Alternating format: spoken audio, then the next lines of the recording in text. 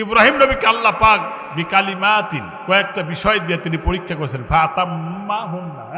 প্রত্যেক পরীক্ষায় তিনি পাশ করেছিলেন।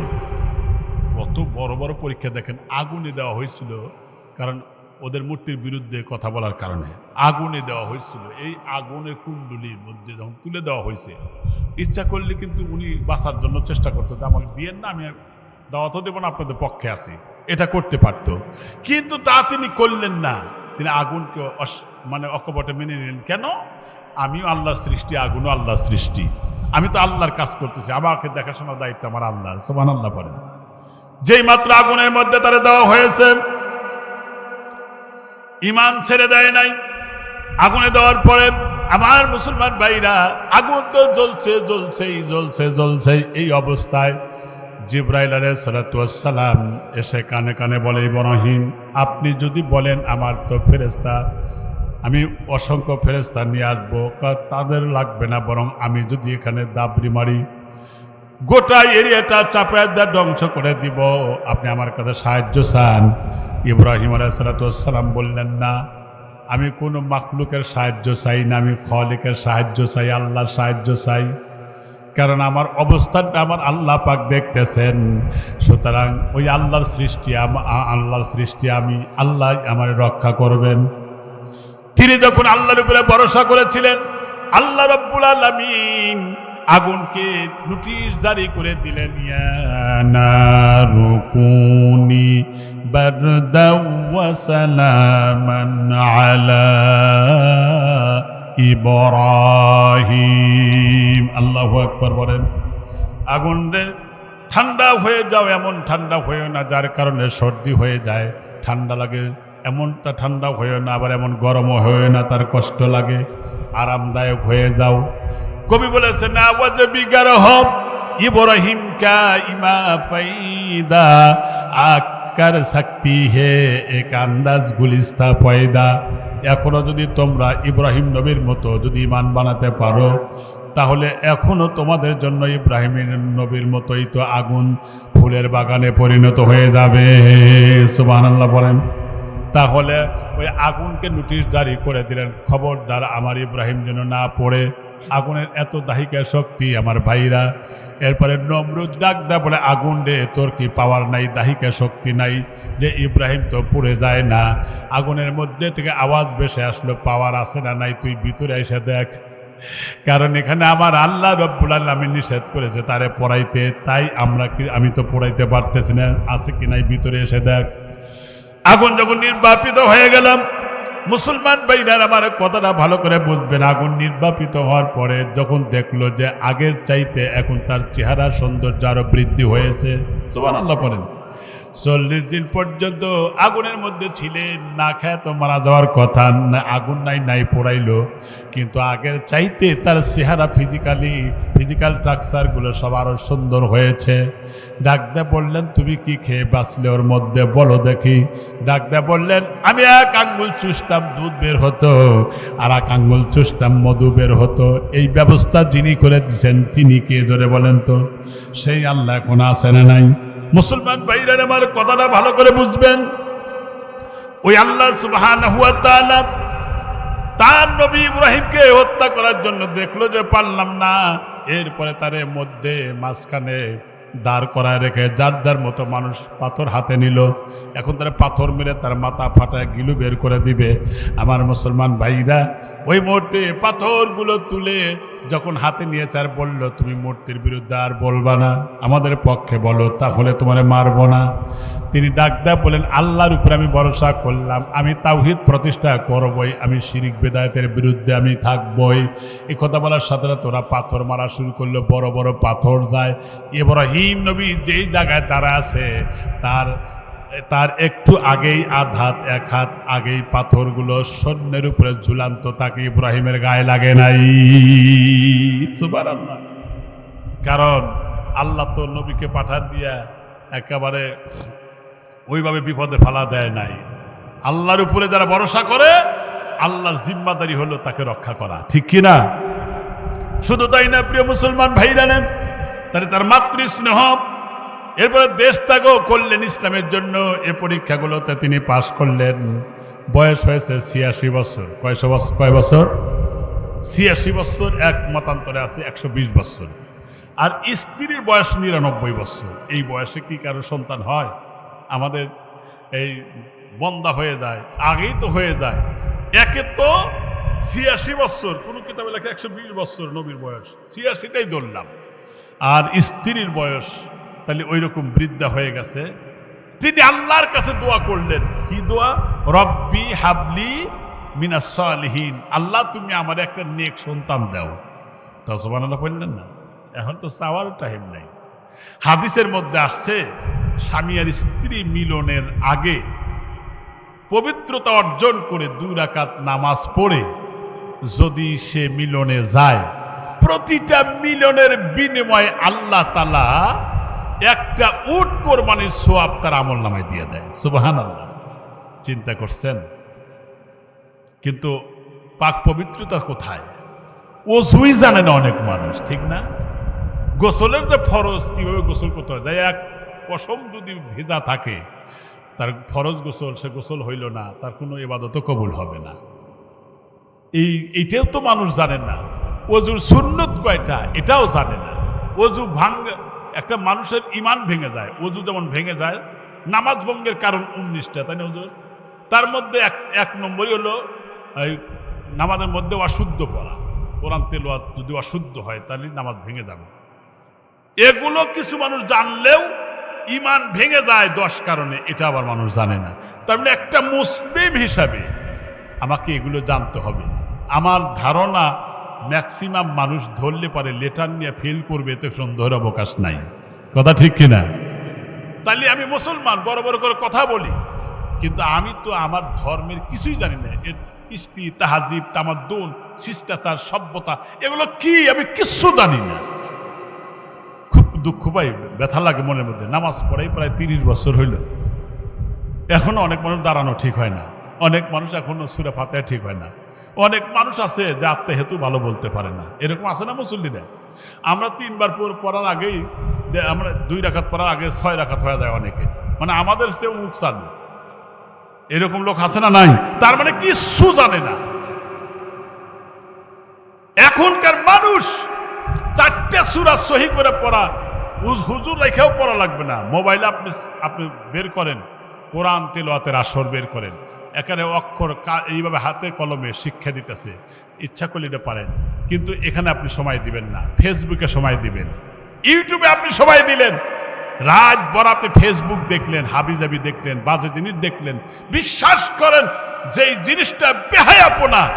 এই ফেসবুক চালাইতে চালাইতে এমন বাজে ছবি এসে যায়, এটা চোখের পড়লে যা কবিরা গুনাহ হয়। আর যেই মানুষটা যত বেশি গুনাহ করবে, যত বেশি অন্যায় করবে, তত তার মধ্যে থেকে ইবাদতের স্বাদ নষ্ট হবে। বিশ্বাস করেন, আল্লাহর কসম করে বলি, আপনি গুনাহ ছেড়ে দেন, চোখের গুনাহ ছেড়ে দেন, মনের গুনাহ ছেড়ে দেন, তাহলে আপনি ইবাদতের মজা খুঁজে পাবেন। ছেড়ে দেন এইগুলো। ফেসবুকে সময় পাও, মোবাইলে সময় পাও, ইউটিউব চালাইতে সময় পাও, গান বাজনার সময় পাও, বাজারঘাটে সময় পাও, চাষটালে বসে সময় পাও, আড্ডা দাও। আর তুমি একটা সূরা তেলাওয়াতের সময় তোমার জীবনে হইল না, পরকালে তোমার জন্য বড় বিপদ অপেক্ষা করতেছে। ঠিক কিনা? মুসলমান ভাইরা আমার, এই বয়সে আল্লাহ পাকের কাছে সন্তান চাইলেন। আল্লাহর ক্ষমতা আছে না নাই? সন্তান তিনি দিয়ে দিলেন, এমন সন্তান দিয়ে দিলেন, অত্যন্ত ধৈর্যশীল সন্তান দিয়ে দিলেন, যার নাম হলো ইসমাইল। নাম কি বলেন? ইসমাইল আলাইহিস সালাম। ইসমাইল নবজাতক সন্তান আল্লাহর একটা পরীক্ষায় ফেলে দিলেন। ইব্রাহিম রে, তোমার এই সন্তানকে আর তোমার স্ত্রীকে বনবাসে দাও, নির্বাসনে পাঠায় দাও। কারণ হাজেরার সন্তান যখন হইল, হযরত সারা আলাইহিস সালাম, তার মনের মধ্যে হিংসার আগুন জ্বলে গেল। আমার ভাইরা, আমার সতীনের সন্তান হয়েছে, আমার সন্তান নাই, না জানি তারে বেশি ভালোবাসবে। আল্লাহ চান এটা তারে নির্বাসনে পাঠাবার জন্য। আল্লাহ পাকের নবী ডাক নিয়ে যখন রওনা দিলেন, আল্লাহর হুকুমে রওনা দিলেন। এবার 2-3 দিনের খাবার দাবার নিয়ে, মশকের মধ্যে পানি আর খাবার নিয়ে রওনা হলেন। নবজাতক সন্তান আর স্ত্রীকে নিয়ে রওনা দিলেন। মুসলমান ভাইরা আবার যাইতে যাইতে এমন একটা জায়গায় গেলেন যেখানে মরুভূমি, যেখানে মানুষ নাই, জন নাই, বৃক্ষ তরুলতা নাই, বিজন একটা মরুভূমির প্রান্তর, সেখানে বর্তমান যেখানে কাবাঘর। আমার মুসলমান ভাইরা ওই জায়গায় যখন নামাজ দিয়া তিনি চলে আসতেছিলেন, হযরত হাজেরা স্বামীকে ডাক দেয়া বলেন, স্বামী আমার, আপনি কি আমাদের এখানে রেখে কোথায় যাচ্ছেন? কিন্তু কথা বলে না। ৮৬ বছর বয়সে তার সন্তান হয়েছে, তার ভালোবাসা, তার স্নেহ কীরকম, স্নেহধন্য সন্তান আর স্ত্রীকে রেখে যাচ্ছে, কলিজা তো ফেটে যাচ্ছে। থেকে ডাক দেয় হাজেরা, কিন্তু পিছনে তাকায় না, কারণ আমি যদি আমার সন্তান স্ত্রীর দিকে তাকাই আমার মায়া মোহাব্বত বেড়ে যাবে, আল্লাহ পাক নারাজ হয়ে যাবে। না না, মাকলুকের ভালোবাসার চাইতে আমার আল্লাহর ভালোবাসা বেশি দিলে বসাবো। সুবহানাল্লাহ পড়েন মুসলমান ভাইরা আমার। এরপরে যখন হযরত ইব্রাহিম আলাইহিস সালাম যখন চলে আসতে অনেক দূরে চলে আসলেন, একটা গ্রামের কাছাকাছি এসে গেলেন, আড়াল হয়ে যাবেন। পিছন থেকে হাজেরা ডাক দেয়া বলেন, ইব্রাহিম, তুমি যে আমাদেরকে এখানে রেখে যাচ্ছ, এখানে কি আমার আল্লাহ তাআলার কোনো লক্ষ্য উদ্দেশ্য আছে নাকি আল্লাহ চান? তাও পিছনে তাকালেন না, ঘাটটা কাজ করে বললেন, হ্যাঁ, আমি আল্লাহর নির্দেশে আমি রেখে যাচ্ছি।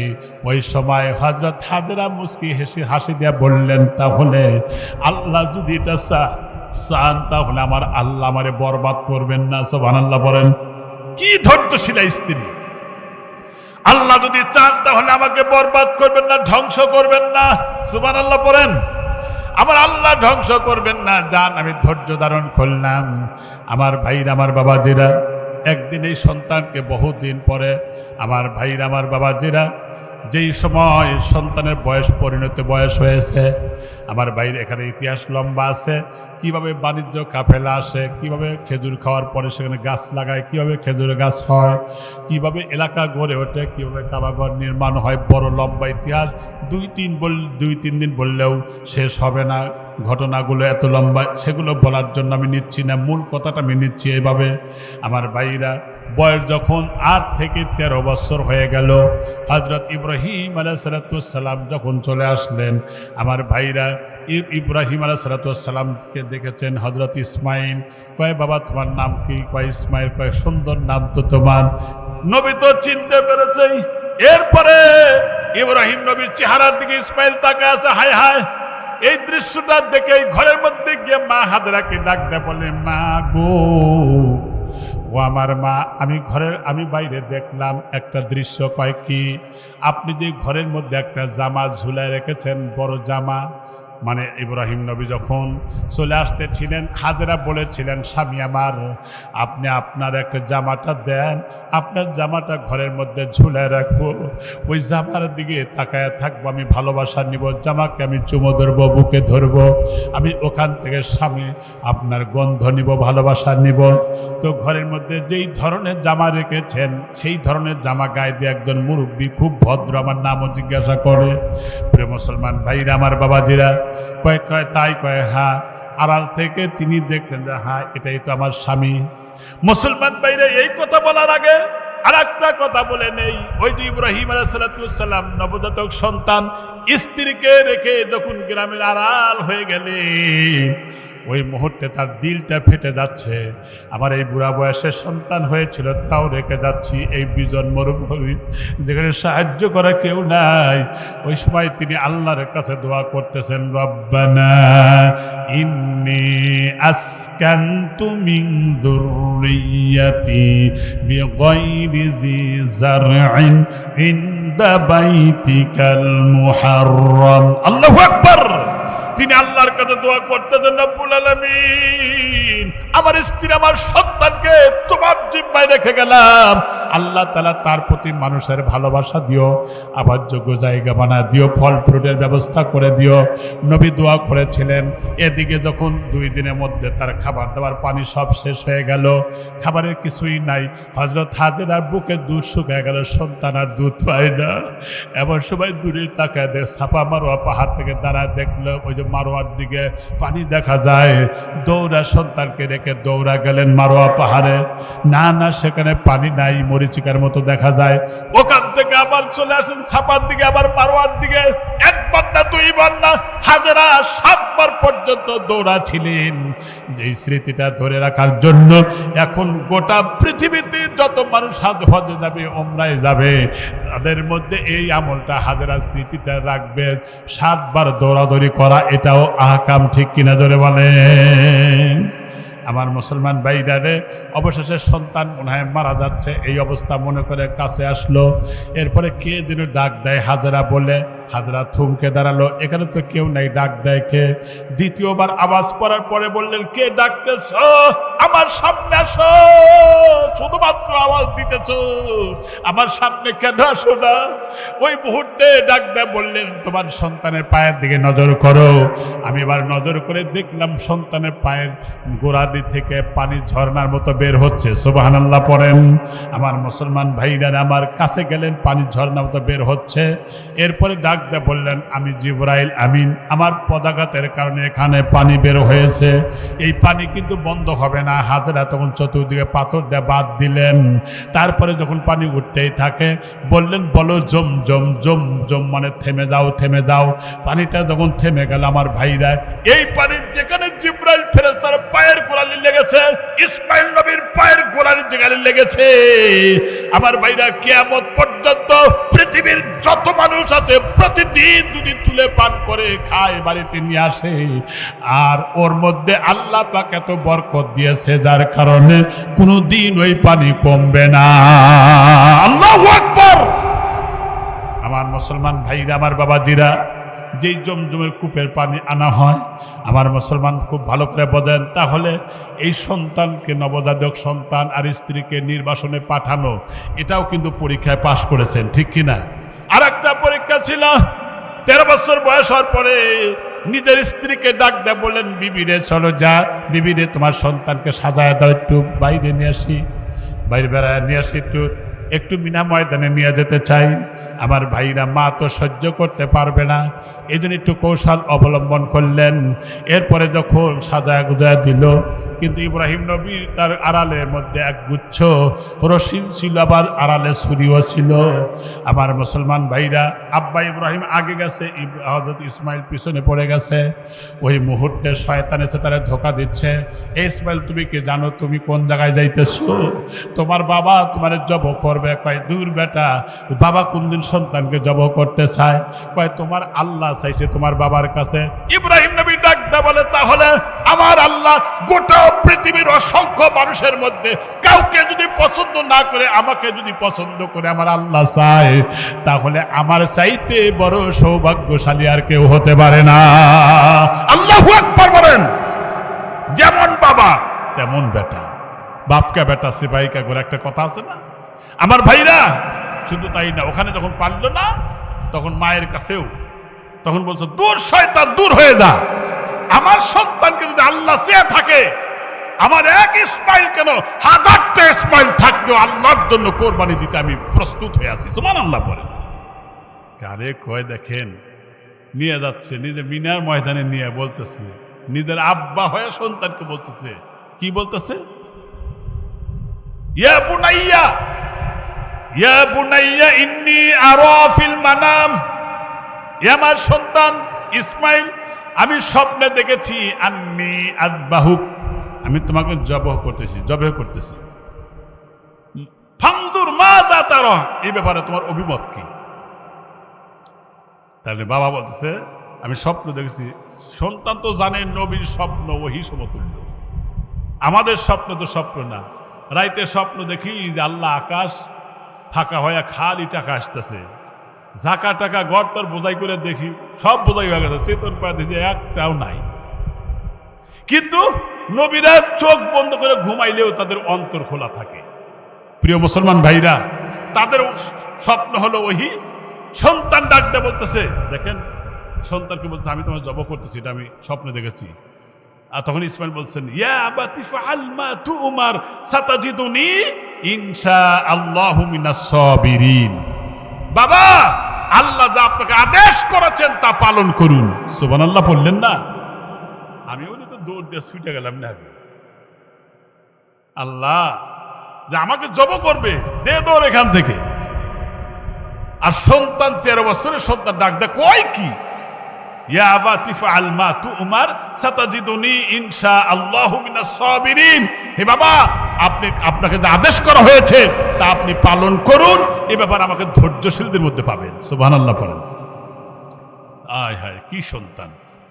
যখন জবাই করার জন্য প্রস্তুত করা হচ্ছে, সন্তান নিজে ডাক দেয়, বলে বাবা আমার একটা কথা বলে, কয় কি কথা? কয় আমারে উপর করে শোয়া দেন, আমার চেহারাটা যেন আপনি না দেখেন, কারণ সন্তানের চেহারা দেখলে আপনার তো জবাই করতে কষ্ট হবে। ও বাবা, এরপরে হাত আর পাটা বেঁধে নেন ভালো করে, ছুরিটা ভালো করে দাঁড় করে নেন, কারণ যখন আপনি জবাই করবেন আমি ছিটাছিটি করব, এরপরে আমার শরীরে যে জামাটা আছে অন্তত পক্ষে এই জামাটা নিয়ে আমার মাকে দিয়ে, কারণ আমি দেখেছি আমার মা আপনার একটা জামা কিভাবে সে মহব্বত করেছে, এর থেকে ভালোবাসা নিয়েছে। আমি সন্তান হারানোর বেদনা মা যখন সইতে পারবে না, অন্তত পক্ষে আমার রক্ত মাখা জামাটা দেখলে আমার মা সান্ত্বনা পাবে। আমার ইসমাইলের এই জামা ছিল। ছোট্ট বাচ্চার মধ্যে এই অর্থপূর্ণ কথা হচ্ছিল। ওই মুহূর্তে ডাক দেখায়, আব্বা আপনার চোখটা বন্ধ করে নেন। ভালো করে কেন? কয় যে আপনি আমারে দেখলে আপনি যখন জব হয়ে যাবে আপনি সেন্সলেস করতে পারেন, তখন তো আল্লাহ পাক নারাজ হয়ে যাবে। আমার মুসলমান ভাইরা সত্যি সত্যি যখন জব করার জন্য প্রস্তুত হলেন, আনুগত্যের মাথা নত করলেন। ওয়াতাল্লাহু লিল জাবিন, দুইজনই পিতা পুত্র দুইজনে যখন আনুগত্যের মস্তক অবনত করলেন, ছুরি যখন চালাবে ওই আসমানের ফেরেশতারা কান্দে। আল্লাহ ডাক দেয় বলেন, ও জিবরাইল যাও, একটা জান্নাতি দুম্বা নিয়ে যাও, আমার ইসমাইলকে যেন সে খতম না করে। ওই সময় হযরত জিবরাইল আমিন যখন আসতেছিল দৌড়িয়ে আর বলতেছিল আল্লাহু আকবার, আল্লাহু আকবার, পড়েন না আল্লাহু আকবার, আল্লাহু আকবার, দোয়া পড়তেছিলেন। এরপরে ইব্রাহিম নবী দোয়া পড়তেছেন লা ইলাহা ইল্লাল্লাহু আল্লাহু আকবার, আল্লাহু আকবার। ইসমাইল নবী বললেন ওয়ালিল্লাহিল হামদ, আল্লাহু আকবার বলেন। যা জিবরাইল পড়েছিলেন, ইব্রাহিম পড়েছিলেন, ইসমাইল পড়েছিলেন, যা এখনো আমাদের সেই 9 তারিখ থেকে 13 তারিখ আসর পর্যন্ত এটা পড়া লাগে। এটা হলো ওয়াজিব, একবার পড়া, এটা আওয়াজ দিয়ে পড়া ওয়াজিব। আমার মুসলমান ভাইরা, এটা ওয়াজিব আদায় না করলে গুনাহ হয়। শুধু পুরুষই আদায় করবে না, নারীরা পর্যন্ত আগামীকালকে আসর পর্যন্ত এই সময়টা এখনো আছে, কথা ঠিক কিনা? আমার ভাইরা, যখন তিনি জবাই করে ফেললেন, জিবরাইল আমিন ইসমাইলকে তুলে দিয়া তারপরে যখন তিনি দুম্বা নিচে দিলেন, তখন মুখটা খুলে চোখটা খুলে দেখলেন আমার সন্তান তো এখানে দাঁড়িয়ে আছে, এখনো তো কোরবানি হয় নাই, দুম্বা কোরবানি হয়েছে। যেই মাত্র দুম্বা কোরবানি হয়ে গেছে, ইসমাইল কোরবানি হয় নাই। ইব্রাহিম বলে রব্বুল আলামিন, তাহলে তুমি আমার কোরবানি কি পছন্দ করো নাই? আমার সন্তান তো কোরবানি হয় নাই, এখনো জবে হয় নাই। ওই মুহূর্তে আল্লাহ পাক ডাক দেয় বলেন ওয়ানাদাইনাহু আইয়া ইব্রাহিম কদ সাদ্দাকতার রুয়া ইন্না কাযালিকা নাজজিল মুহসিনিন। আল্লাহু আকবার। আমার ভাইরা, তিনি বলে হে ইব্রাহিম, তোমার স্বপ্ন সত্যে পরিণত হয়েছে। আমি এটাই চেয়েছিলাম, আমি তোমার সন্তানের গলায় ছুরি চালানোর লক্ষ্য আর উদ্দেশ্য ছিল না। আমার লক্ষ্য উদ্দেশ্য ছিল তোমার মনের অবস্থাটা কেমন এটা যাচাই করার জন্য, তোমার ইমানি জজবাটা কেমন এটা যাচাই করার জন্য। তুমি পাশ করেছো, পাশ করার কারণে আল্লাহ বললেন ইন্নী জাইলুকা লিন-নাসি ইমামা, এজন্য আমি আল্লাহ তোমাকে গোটা মিল্লাতের জাতির পিতা বানায় দিলাম। সুবহানাল্লাহ বলেন। জাতির পিতা হওয়া তুই সোজা? হ্যাঁ আমার মুসলমান ভাইরা, তাহলে তার পরীক্ষা যদি ওই দিন ইসমাইল যদি কোরবানি হয়েই যাইতো, আমি নজরুল তো মোটা রাজা কম আসছিলাম না, আমার আগে ছুরি তলে যাওয়া লাগতো, ঠিক না? কিন্তু আল্লাহ চান না এরকম। আল্লাহ চেয়েছিলেন মনের অবস্থাটা।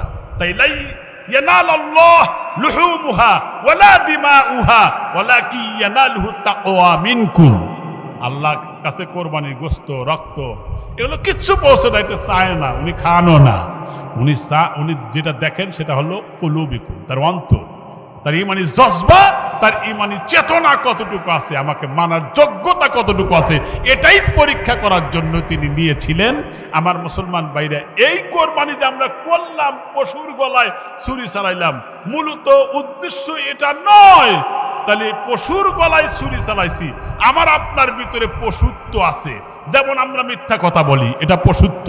আমরা ফায়সা কথা বলি, আমরা অন্যায় করি, প্রতিবেশীর হক নষ্ট করি, চুরি করি, ডাকাতি করি, ইয়াবাখোর, মদখোর, জেনাকারী, সমস্ত অন্যায়, মানুষের আচরণ খারাপ, গীবত, পরচর্চা, পরনিন্দা, এগুলো হলো পশুত্ব। যখন আমি ছুরি চালাইতেছি পশুর গলায়, মনে করতে হবে আমার ভিতরে পশুত্ব আছে। এই পশুত্বের গলায় ছুরি চালাইয়া আমি খাঁটি ইমানদার হতে চাই। মিল্লাত ইব্রাহিমের অনুসরণ করে আমি নিট অ্যান্ড ক্লিন, ফ্রেশ, পরিচ্ছন্ন একজন ইমানদার হতে চাই। এটাই হলো আসল লক্ষ্য, উদ্দেশ্য। সুবহানাল্লাহ। কোরবানি করে গরু গোস্ত খায়ার কয়, স্বাদের লাউ বানাইলে মানে ডুবা খায়ার কয়, গরু গোস্ত তো স্বাদ রে। তুমি আল্লাহ তোমার দিয়েছে এই গরু, দেখেন এই গরু, যে গরু আপনি জব করলেন 70 গুণ মানে বার বানা দিবেন, ওজন বানা দিবেন, বানায়া নেকির পাল্লা বাড়ি করে আপনাকে জান্নাত দিবেন। হাদিসে আছে যে সত্যি যদি আপনার কোরবানি কবুল হয়, আল্লাহ আপনাকে জান্নাত দিয়ে দিবেন। সুবহানাল্লাহ। গরু গোস্ত খায় কিন্তু নামাজ পড়ে না, খাইলো কারটা এই চিন্তাও করলো না, ঠিক না? গরু মনে মনে কয় কিয়ামতের দিন আল্লাহর কাছে চাইবো যাতে করে আমার শিং হয় খুরের নিচে পাড়ায়া, শিং দিয়া গুতাইয়া তোরে পিষে ফেলবো। মোরগের গোস্ত খায় আর কয় হায় রে স্বাদ লাগে। ওই যে একজন গেছে শ্বশুর বাড়ি, 2 দিন থাকছে, শ্বশুর ওই বাড়ির লোকও বিরক্ত হয়ে গেছে, খালি মুরগি দিতেছে। যখন 2 দিন দিছে, 3য় দিন কিন্তু বরটাও জুটবো না, ঠিক কিনা? হ্যাঁ, তখন ওই পাশাপাশি রুম তো, মানে একটা ঘর পার্টিশন আছে, শ্বশুর শাশুড়ি এই সাইডে আর ওনার মেয়ে জামাই আর এক সাইডে। তখন ঘুমায় নাই ঠিক, কিন্তু এরকম ঘুমের ভান করে কোথাচ্ছে, মুরগির রান খুব স্বাদ, মুরগির রান খুব স্বাদ। শ্বশুর খুব চালাক তো, দিশা পাইছে। এরপরে ওই সাইড থেকে শ্বশুর শুনে এরকম ঘুমের ভিতরে আসলে ঘুমায় নাই, তো ভান করে বলতেছে, বাড়ির যা কিনা খাগা কে বাঠাকে, বাড়ির যা কিনা খাগা কে বাঠাকে। কথা ঠিক কিনা? আমার মুসলমান ভাইরা, মোরগ তুমি খাও, জব করো, কিন্তু এই মোরগ প্রতিদিন আল্লাহর জিকির করে, ঠিক কিনা? তারপরে মোরগ বলে আল্লাহ পাক হালাল করেছে, তোমরা যেহেতু আশরাফুল মাখলুকাত, সৃষ্টির শ্রেষ্ঠ মানুষ, এই জন্য আল্লাহ হালাল করে দিয়েছে, আমার কোনো আপত্তি নাই, সমস্যা নাই, কিন্তু আমাকে খাওয়ার পরে আল্লাহর নাফরমানি কইরো না। সুবহানাল্লাহ পড়েন। কত সুস্বাদু খাবারের ব্যবস্থা আল্লাহ পাক করে দিলেন, কিন্তু সেই খাবারগুলো আমরা খাই আর আনন্দ করি আর ফুর্তি করি, গান বাজনা গাই, চাষটারে বসে অন্যের দুর্নাম করি, গীবত করে বেড়াই, কিন্তু আল্লাহর গোলামি নাই। তাহলে কোরবানি কি হইল? আবার গরু কিনবার দেখো কি কয় জানেন, এই গরু গোস্ত গোয়াই গোস্তই নাই, আবার কয় যে আমার ঠকা হয়েছে। এ মিয়া, তোমার ঠকা দিছাও তুমি কোরবানি, তুমি দিছাও আল্লাহর রাস্তে, তার মানে 1 লাখ টাকা 2 লাখ টাকা দিয়ে তুমি কোরবানি করছো। এই 1-2 লাখ টাকার মায়া মহব্বত আছে নাই? আছে। সন্তান মারা গেলে যেমন তার মায়া, টাকাও যদি 2-4 লাখ হারায় তার ওই রকমই থাকে। তাহলে এই টাকার যে ভালোবাসা, টাকার যে মহব্বত, এই মহব্বতকেই কোরবানি করা হয়েছে, ঠিক কিনা? যেরকম টাকার মহব্বতকে, মোহকে, এটা কোরবানি করা হয়েছে। তাহলে কোরবানি আগে না নামাজ আগে? নামাজ আগে। নামাজের আগে কেউ কোরবানি করে? এটা কি বৈধ? নামাজ পড়ে আসে তারপরে। আর যে নামাজ পড়ে আসেন মাঠে, ওইটা কি ফরজ না ওয়াজিব? ভাইজান, এটা ওয়াজিব। ওয়াজিব নামাজ সারা জীবন যদি একবার আদায় না করে থাকেন, আপনার কাফের হওয়ার কোনো সুযোগ নাই। কিন্তু 1 ওয়াক্ত নামাজ, ফরজ নামাজ যদি ছাইড়ে দেন, স্বেচ্ছায় সুস্থ মস্তিষ্কে কাফের হয়ে যায় এবং কুফুরি হয়ে যায়। ওয়াজিব আপনি পালন করেন নাই, কিন্তু ইমান, আমল, আখলাক সব ঠিক আছে, করেন নাই, কিন্তু আপনি গুনাহগার, এটা ঠিক, কিন্তু আপনি কাফের হন নাই। কিন্তু ফরজ নামাজ যদি স্বেচ্ছায় সুস্থ মস্তিষ্কে ছাইড়ে দেয়, তাহলে কাফের হওয়ার সম্ভাবনা আছে না নাই? আছে। তাহলে আজকে দেখা যায় যে ওই যেগুলো শবে বরাতের নামাজ, যে আপনি যদি না পড়েন আপনার একটা গুনাহ হওয়ার সম্ভাবনা নাই, সেই দিন যা জুম্বাগর বোঝাই করে।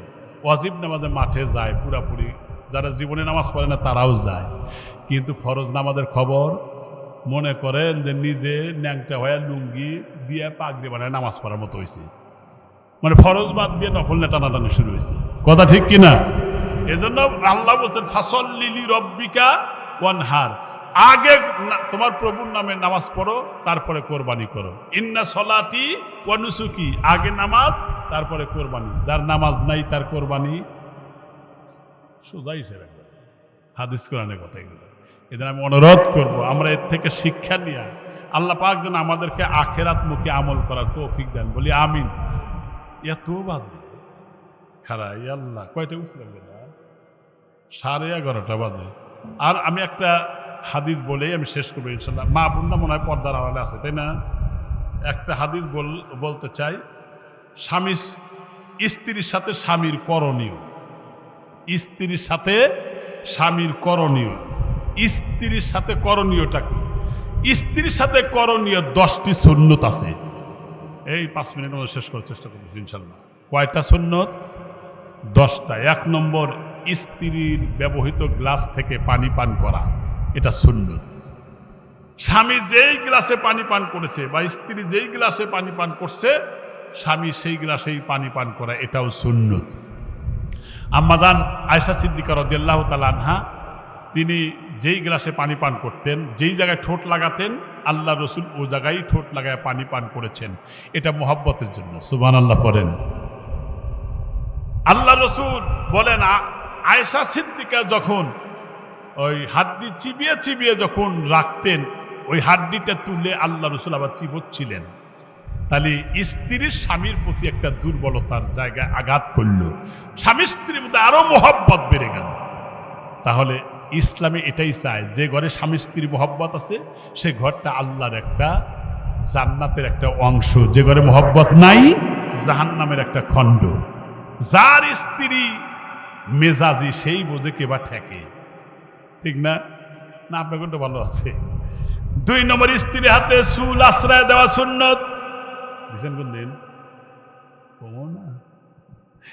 স্ত্রীকে স্বামী হয়া চিরুনি দিয়া চুল আশ্রয় দেওয়া, এটা সুন্নত।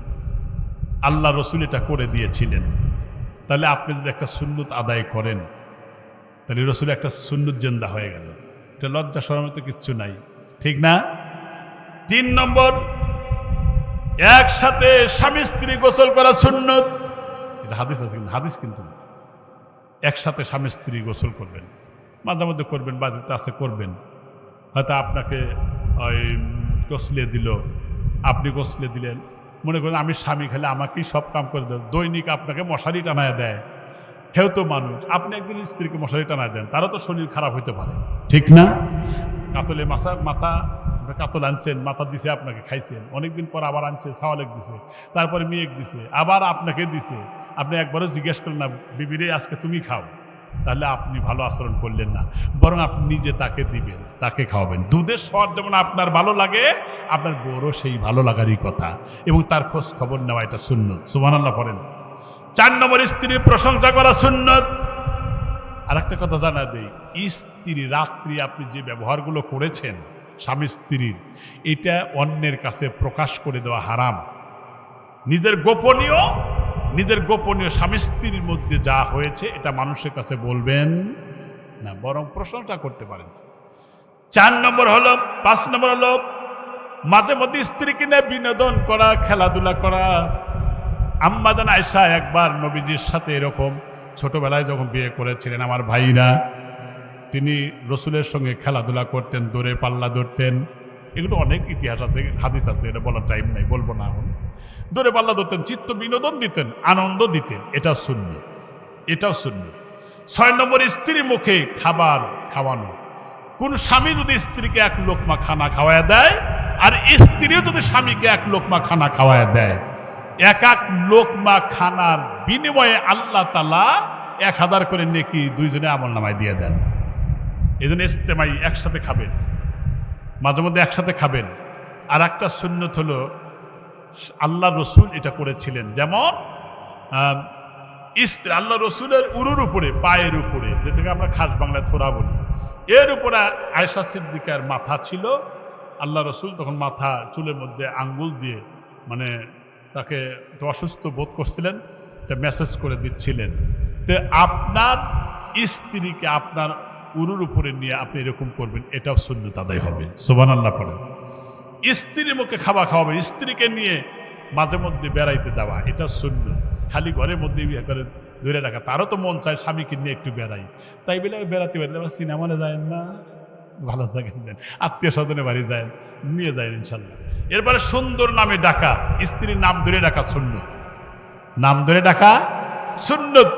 আম্মাজান আয়েশাকে নাম ধরে ডাকতেন, খাদিজা যে বয়সে বড় ছিল তাও নাম ধরে ডাকতেন, যত বয়সই হোক, কিন্তু স্বামীর চেয়ে মর্যাদা তার বেশি না।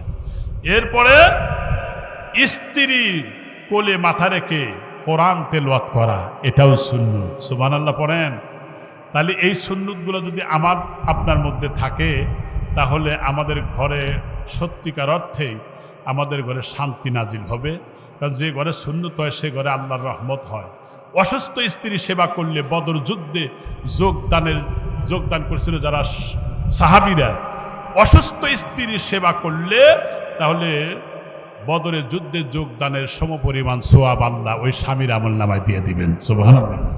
তাহলে স্ত্রী অসুস্থ হয়েছে, এটা সুস্থতার জন্য, বা আপনি কাছে তাকে আদর করলেন, একটু যত্ন করলেন, আপনি একটু মেসেজ করে দিলেন, এটা সুন্নত। 4 কারণে স্ত্রীকে মারা জায়েজ আছে। কয় কারণে?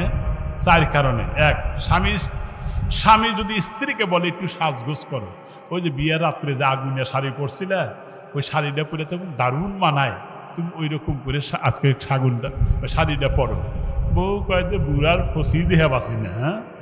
কিন্তু আপনার স্বামীকে খুশি করার জন্য, স্বামীকে বিনোদন দেওয়ার জন্য আপনি যত ইচ্ছে আপনি সাজতে পারেন। তা যদি স্ত্রী না সাজে তাহলে ওই স্ত্রীকে মারা জায়েজ আছে। 2 নম্বর, বিনা কারণে স্ত্রীকে তার প্রয়োজনে, স্বামীর প্রয়োজনে আহ্বান করলো বিছানায়, আবাতা, সে অস্বীকার করলো, না আমি পারবো না, এ কারণে তাকে মারা জায়েজ আছে। 3 নম্বর, নামাজ যদি তরক করে, নামাজ যদি না আদায় করে, এ কারণে মারা জায়েজ আছে।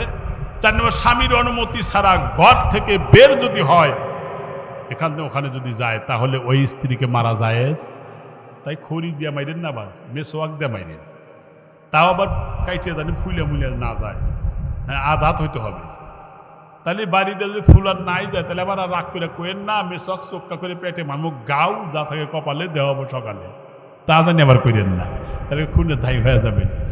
স্ত্রী ভুল করলে ফাইজ হুন নাবি, তাকে বুঝান, যদি না মানে বিছানা পৃথক করেন, তাও যদি না মানে বাবার বাড়ি পাঠিয়ে দেন, তাও যদি সে পরিবর্তন না হয়, ইসলাম ধর্মে ঘৃণিত হালাল তালাক দেওয়া যেতে পারে, কিন্তু গরুর মতো ওই রকম পিটানো জায়েজ নাই।